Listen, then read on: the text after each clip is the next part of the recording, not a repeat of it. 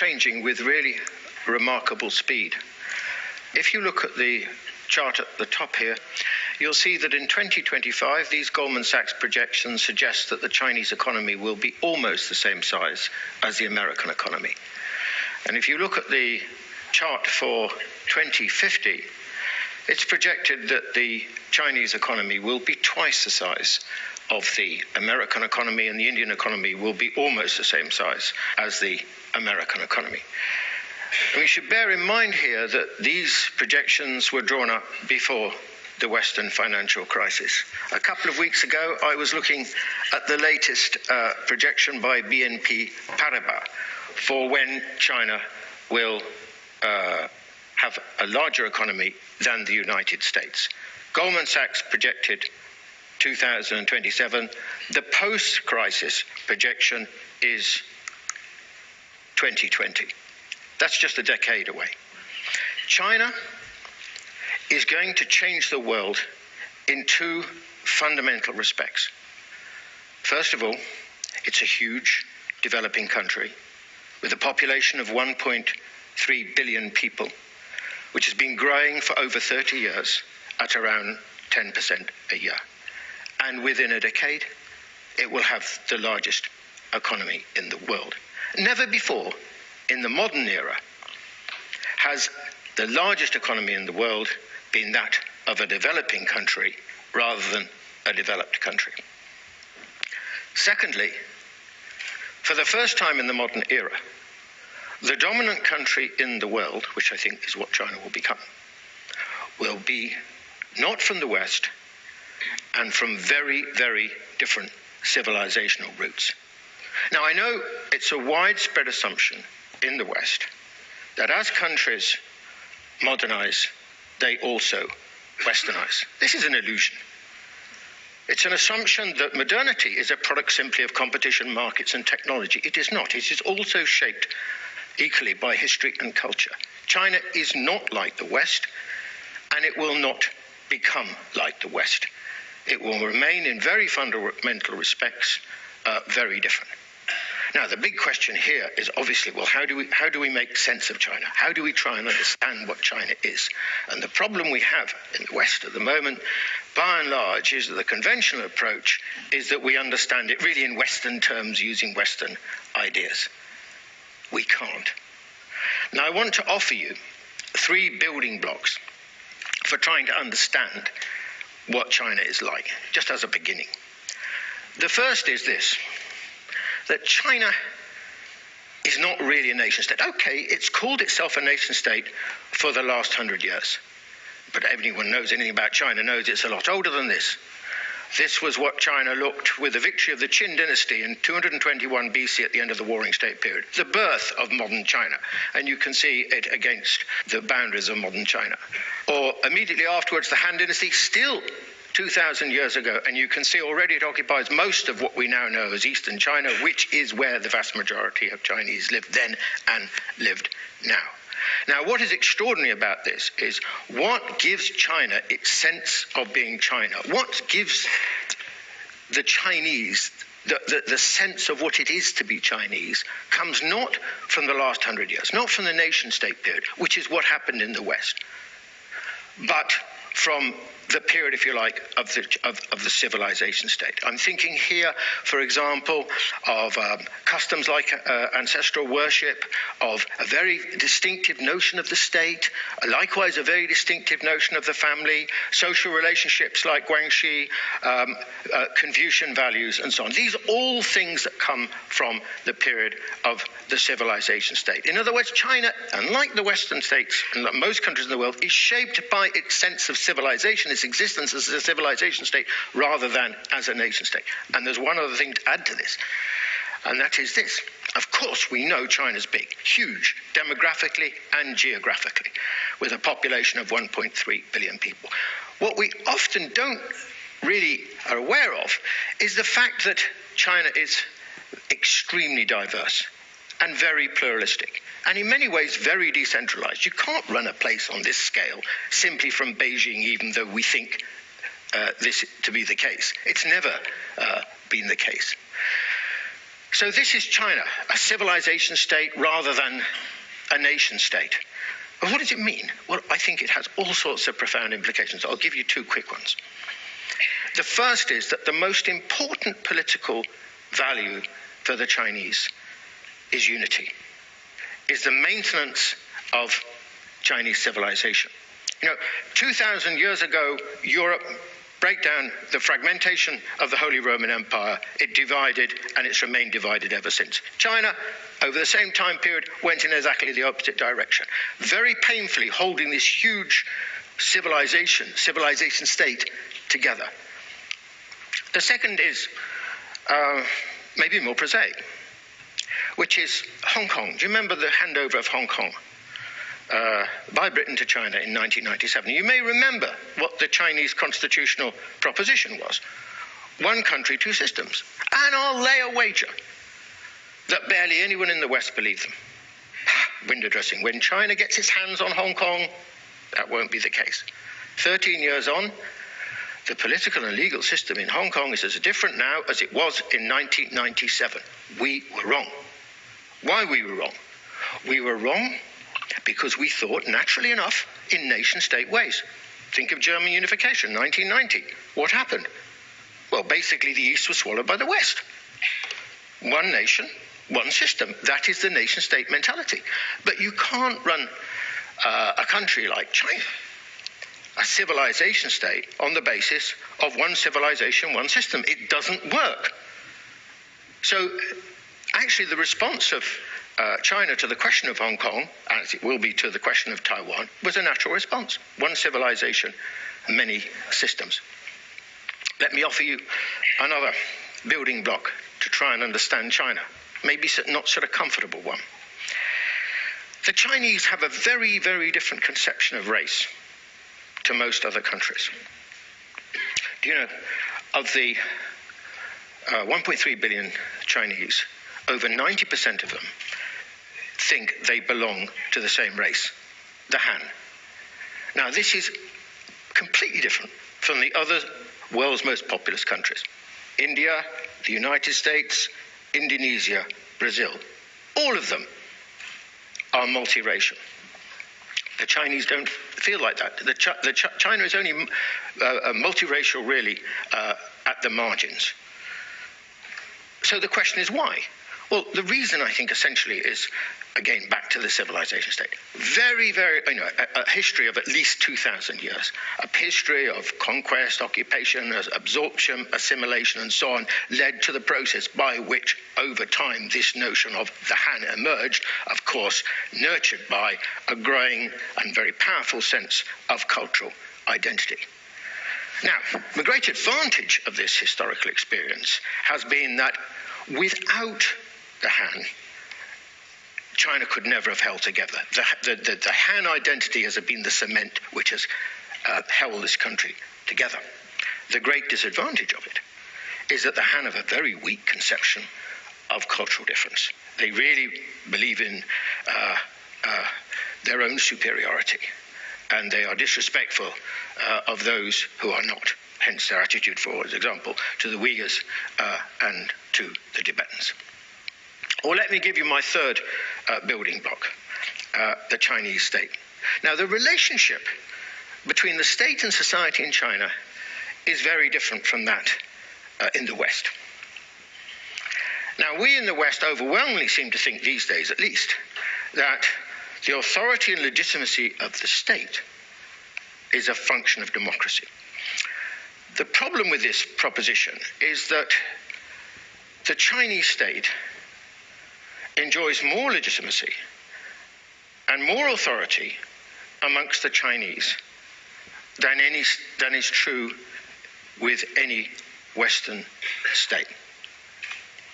And the reason for this is because, well, there are two reasons, I think, and it's obviously got nothing to do with democracy, because in our terms, the Chinese certainly don't have a democracy. But the reason for this is, firstly, because the state in China is given a very special, enjoys a very special significance as the representative, the embodiment, and the guardian of Chinese civilization, of the civilization state. this is as close as China gets to a kind of spiritual role.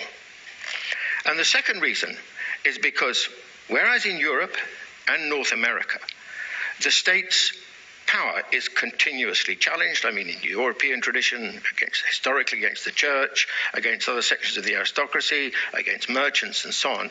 For 1,000 years, the power of the Chinese state has not been challenged. It's had no serious rivals.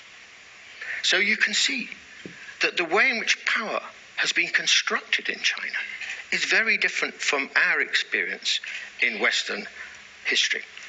The result, by the way, is that the Chinese have a very different view of the state. Whereas we tend to view it as an intruder, a stranger, certainly an organ whose powers need to be limited or defined and constrained, the Chinese don't see the state like that at all. The Chinese view the state as an intimate, not just as an intimate actually, as a member of the family. Not just, in fact, as a member of the family, but as the head of the family, the patriarch of the family. This is the Chinese view of the state. Very, very different to ours. It's embedded in society in a different kind of way to what is the case in the West. And I would suggest to you that actually what we are dealing with here in the Chinese context is a new kind of paradigm, which is different from anything we've had to think about in the past. You know, China believes in the market and the state. I mean, Adam Smith, already writing in the late 18th century, said the Chinese market is larger and more developed and more sophisticated than anything in Europe. And apart from the Mao period, that has remained more or less the case ever since. But this is combined with an extremely strong and ubiquitous state. The state is everywhere in China. I mean, its leading firms, many of them are still publicly owned. Private firms, however large they are, like Lenovo, depend in many ways on state patronage. Targets for the economy and so on are set by the state. And the state, of course, its authority flows into lots of other areas, as we're familiar with something like the one-child policy. Moreover, this is a very old state tradition, a very old tradition of statecraft. I mean, if you want an illustration of this, the Great Wall is one. But this is another. This is the Grand Canal, which was constructed in the first instance in the 5th century BC and was finally completed in the 7th century AD.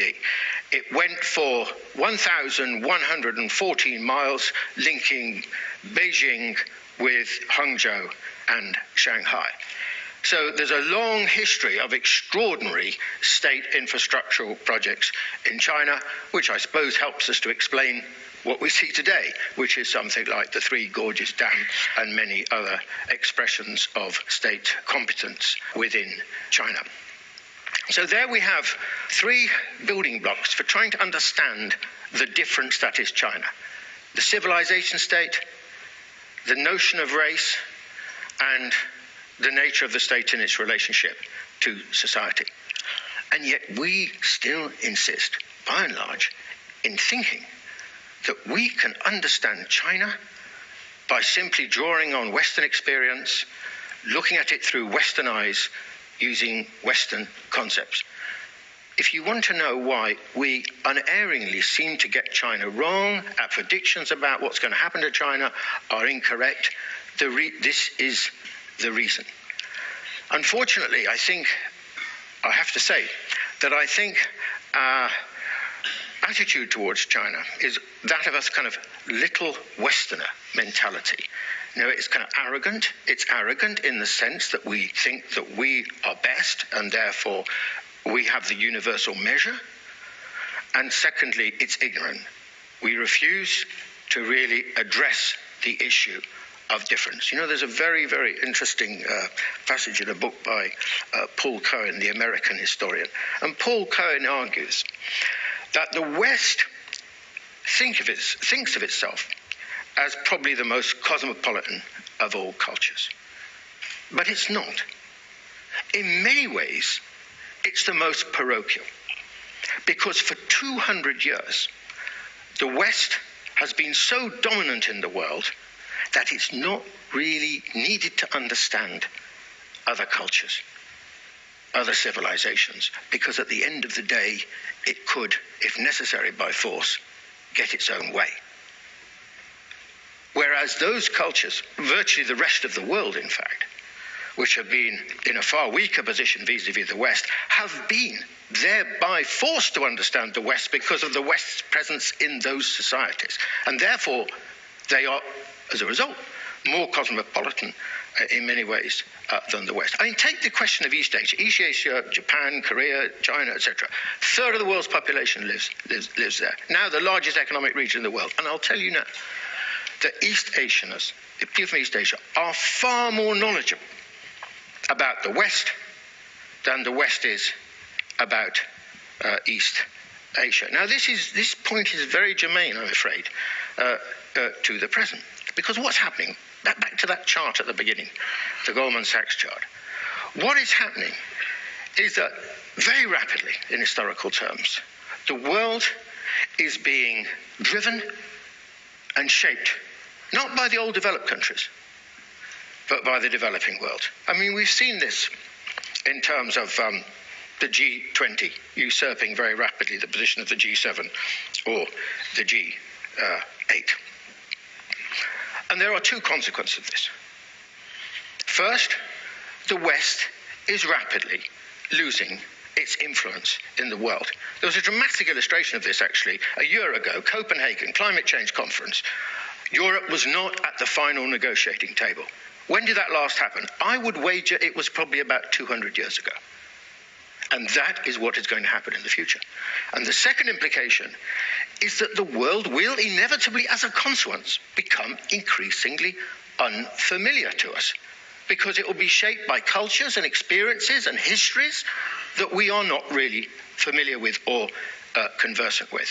And alas, I'm afraid, take Europe, America is slightly different, but Europeans, by and large, I have to say, are ignorant, are unaware about the way the world is changing. Some people, I've got a friend, an English friend in China, and he said, the continent is sleepwalking into oblivion.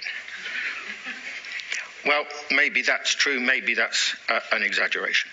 But there's another problem which goes along with this lack of this, that Europe is increasingly out of touch with the world, and that is a sort of a loss of a sense of the future. I mean, Europe was once, of course, commanded the future in its confident, take the 19th century, for example. But this, alas, is no longer true. If you want to feel the future, if you want to taste the future, try China, there's old Confucius. This is a railway station, the like of which you've never seen before.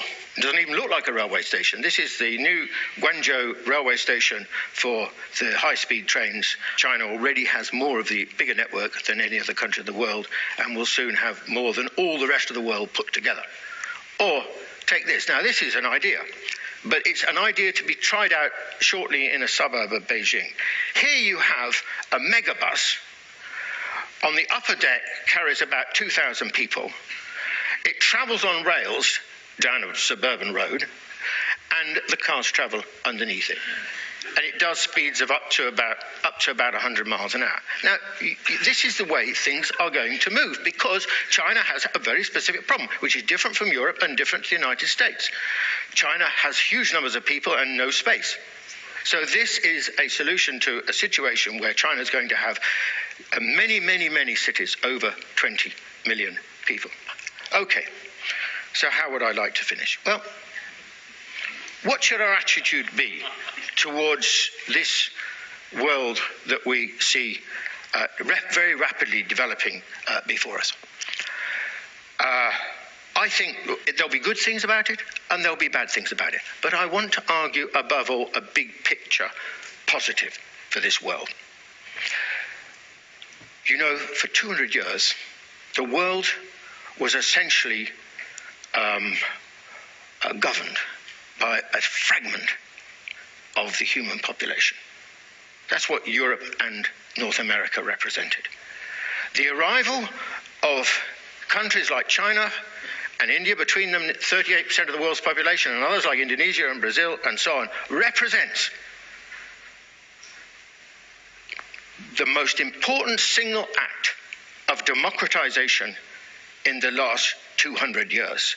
Civilizations and cultures which have been ignored, which had no voice, which were not listened to, which were not known about, will have a different sort of representation in this world. As humanists, we must welcome, surely, this transformation. And we will have to learn about these civilizations. This big ship here was the one sailed in by Zheng He in the early 15th century on his great voyages around the South China Sea, the East China Sea, and across the Indian Ocean to East Africa. The little boat in front of it was the one in which 80 years later Christopher Columbus crossed the Atlantic. Or look carefully at this silk scroll made by Zhuzhou in 1368. I think they're playing golf. Christ, the Chinese even invented golf. Welcome to the future. Thank you.